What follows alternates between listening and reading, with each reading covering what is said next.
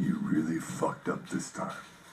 You destroyed a genius book with that infantile adaptation. Now you're about to destroy what's left of your career. It's pathetic. Let's get the hell out of here while we can.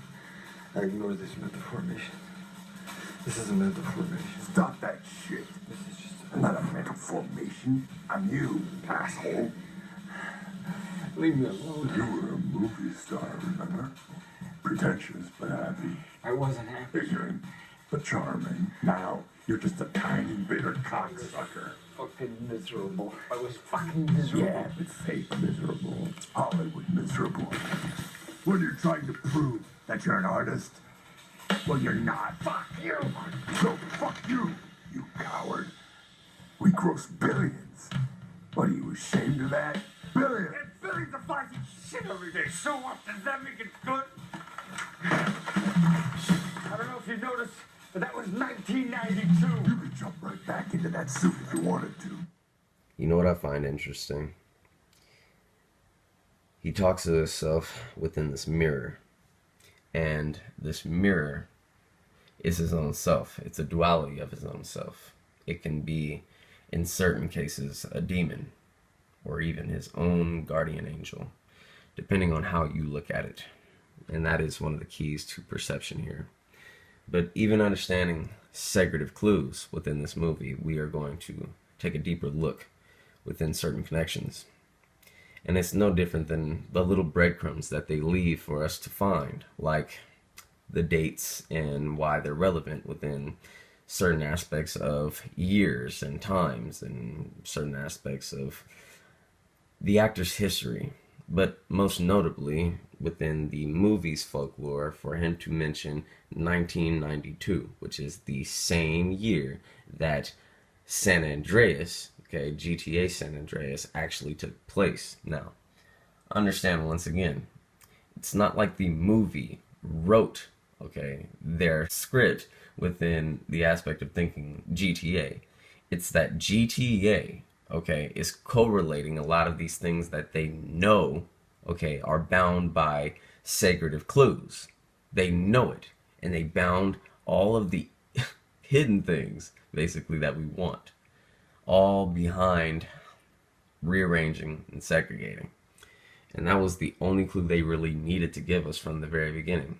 So, understanding that Birdman has given us more clues than we ever could think, we need to understand one more clue that's going to tie us to an aspect of going deeper.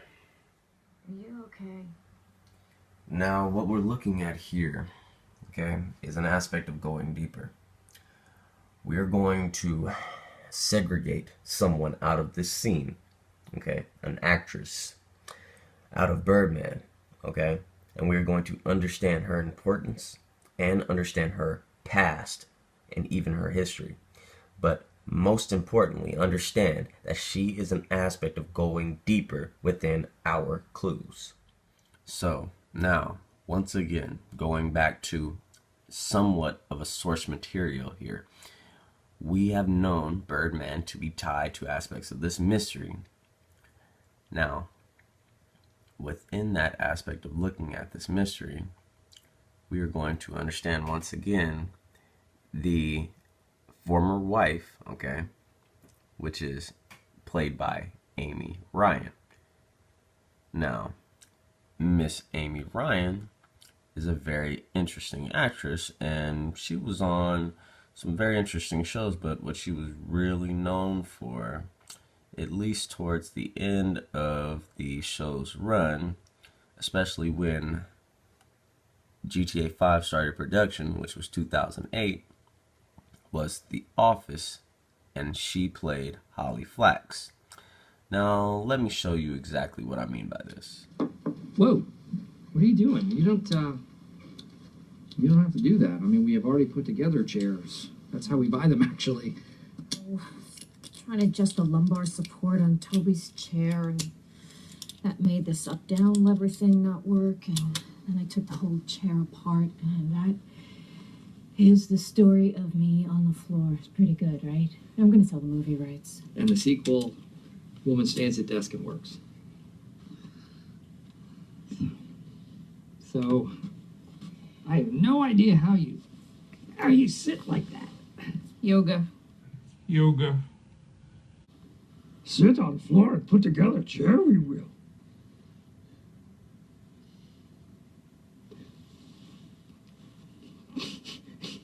Yoda. Now, understand, they just did an aspect of wordplay here, okay? Something that sounded very similar, even though all of these things have to do with each other. And it's very interesting that they mask them in such a way that we would have never picked up on this unless we knew the clues that were right in front of our eyes, like yoga, but no different than all of the movies that have henceforth, like Star Wars or even Star Trek.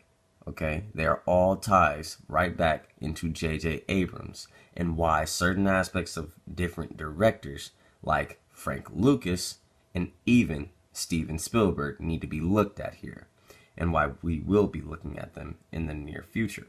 But understand that this came from none other than Mr. Michael Scott, aka Steve Carell. That means don't. Haven't you seen Ghostbusters, Pam? Yeah, but it's like...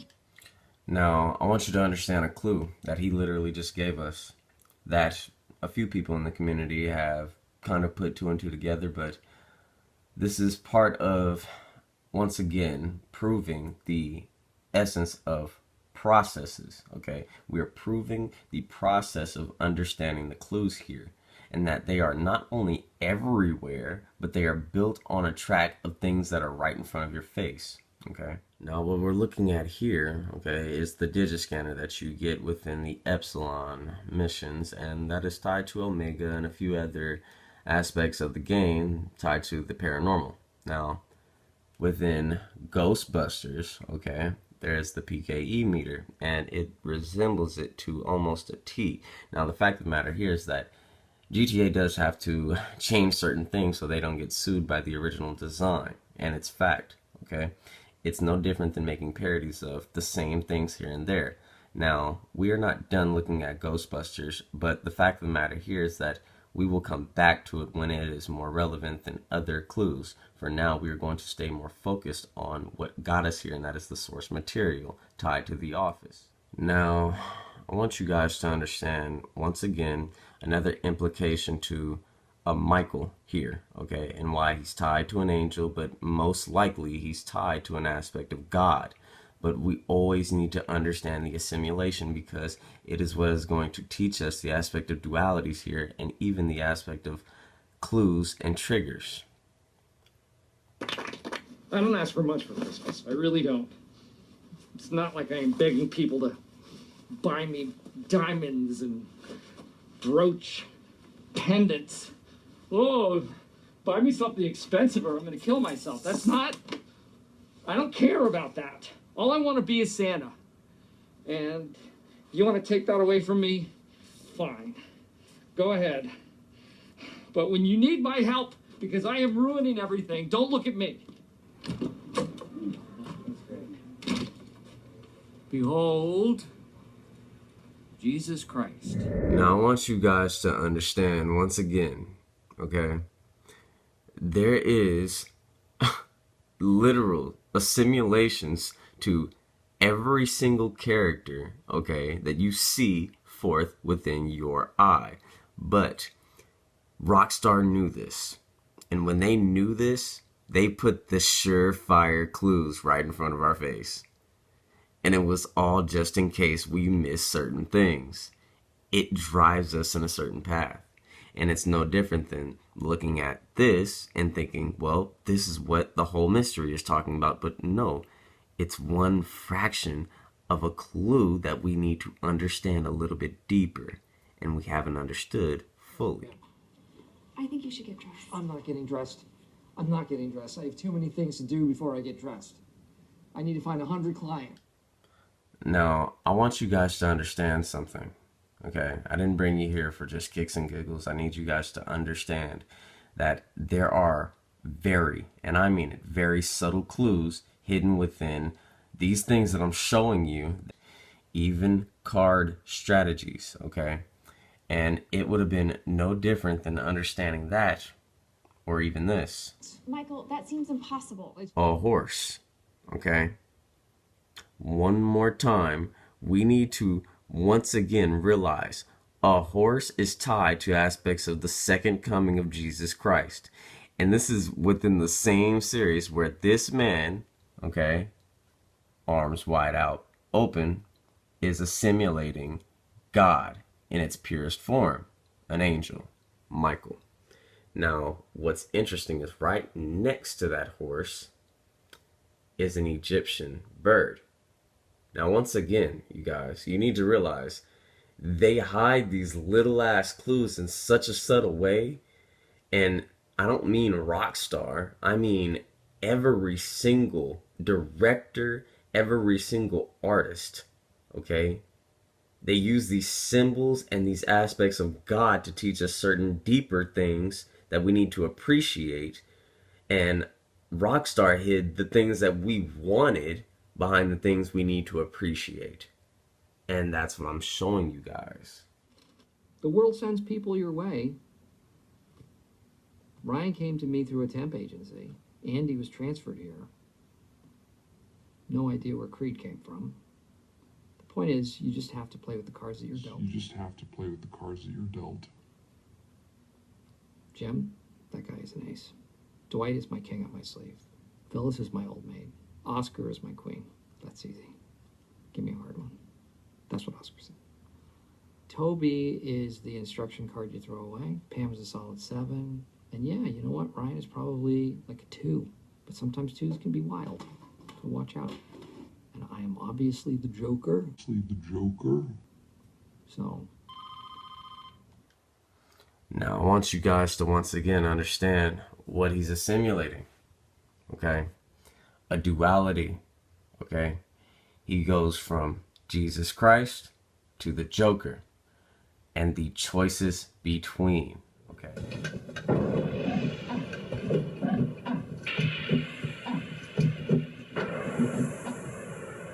You may have ruined my plans to run a moral minority, but you haven't taken me out of the game yet. Take those rockets off them, boys. They're mine. Now, what I'm showing you here, you guys, was the biggest clue that we ever had to a jetpack in GTA 5. And that is a porn called The Cocketeer.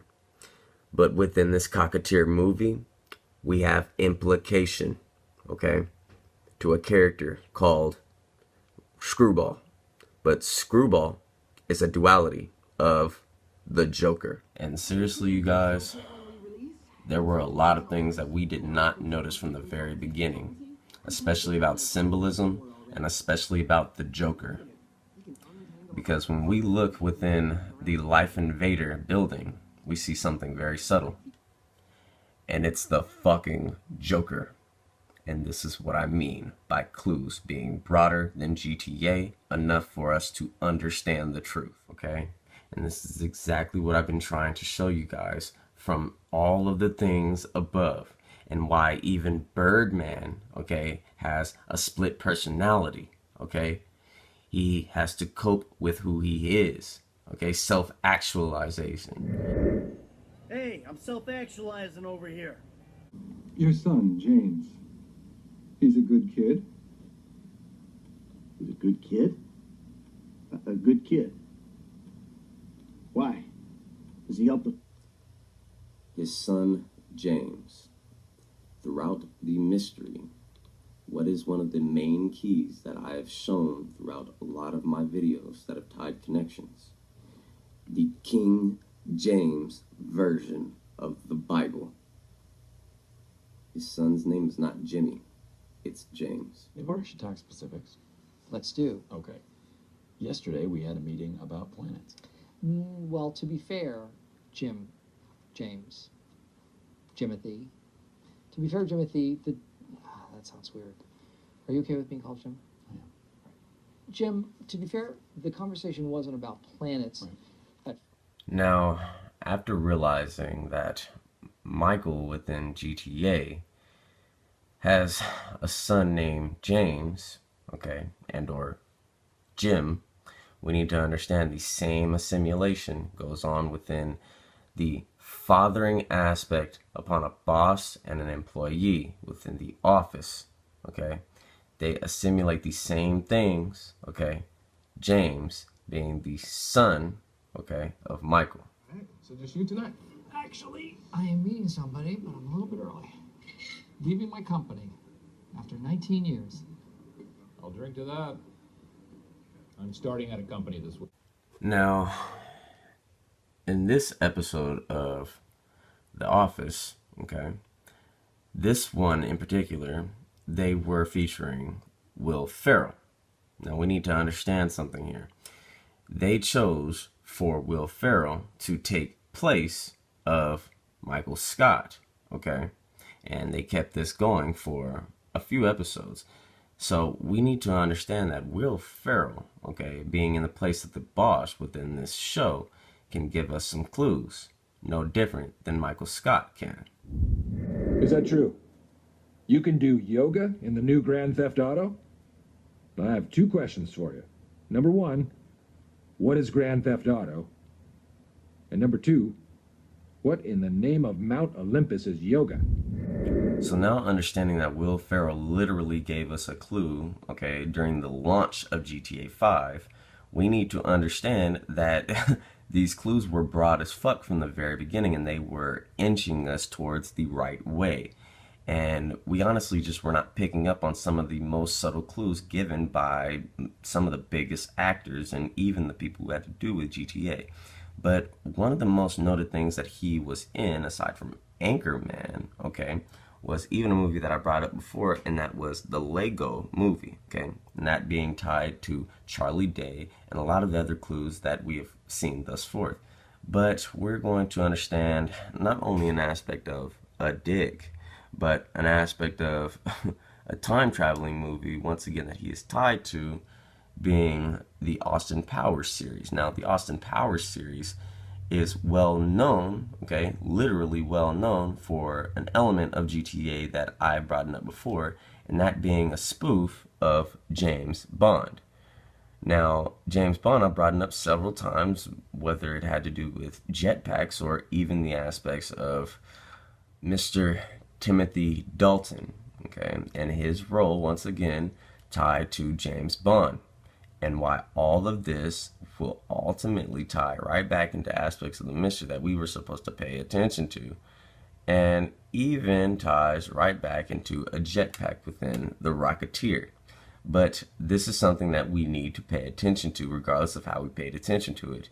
And now we know for a fact that Austin Powers, be it a duality of James Bond, is something very important. Now within Austin Powers, The Spy Who Shagged Me, there are certain things that implicate right back from the mystery into this movie, and that being a time machine set to go back into 1969, a universal clue of this mystery. Now, he even played a person called Fat Bastard, okay, who was part of the Scottish Guard. Now, once again, an aspect of Scott is tied within this mystery and this movie. But we need to go a bit deeper within the symbolism and see what this movie is telling us and what we need to figure out about it. Evil has escaped. The good news is that one of our agents has managed to infiltrate Dr. Evil's organization. Excellent, Basil. We've been trying for years to get a mole inside Dr. Evil's lair. We now have that mole. Yes. Ah, and here he is. So you're the...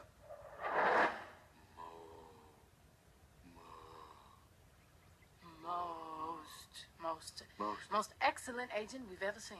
Yes, most excellent agent we've ever seen. Thank you.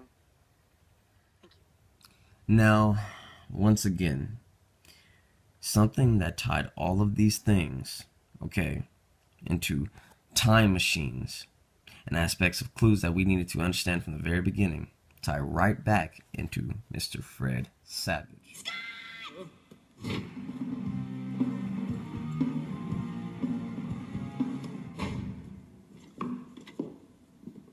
Hello, Scott.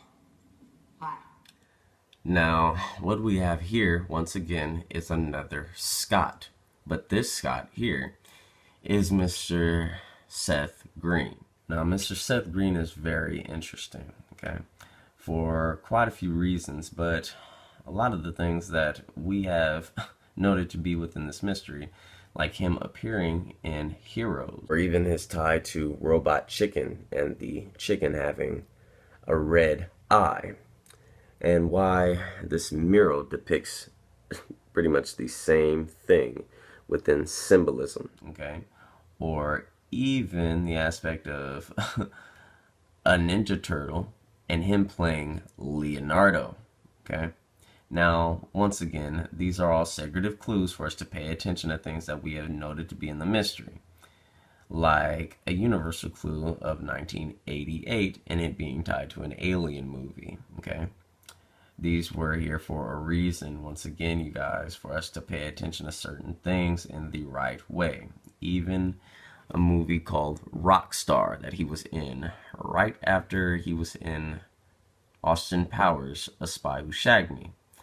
Now, understand that him playing Scott Evil, okay, can give us more reasons to look at Austin Powers, but more importantly, the people within Austin Powers, like Miss Elizabeth Hurley. Now, Miss Elizabeth Hurley here is very interesting in more ways than one, not only for Austin Powers, but for the fact that she played the devil in Bedazzled. Now, I'm going to show you exactly why Bedazzled can not only give us clues, but we need to understand that even the people within Bedazzled, like Mr. Brendan Fraser, okay, have been pointing us in this direction, like his involvement in a movie called Gods and Monsters, or even A Journey to the Center of the Earth, where anything was possible, where they found an enormous amount of bluebirds, okay, that revealed light.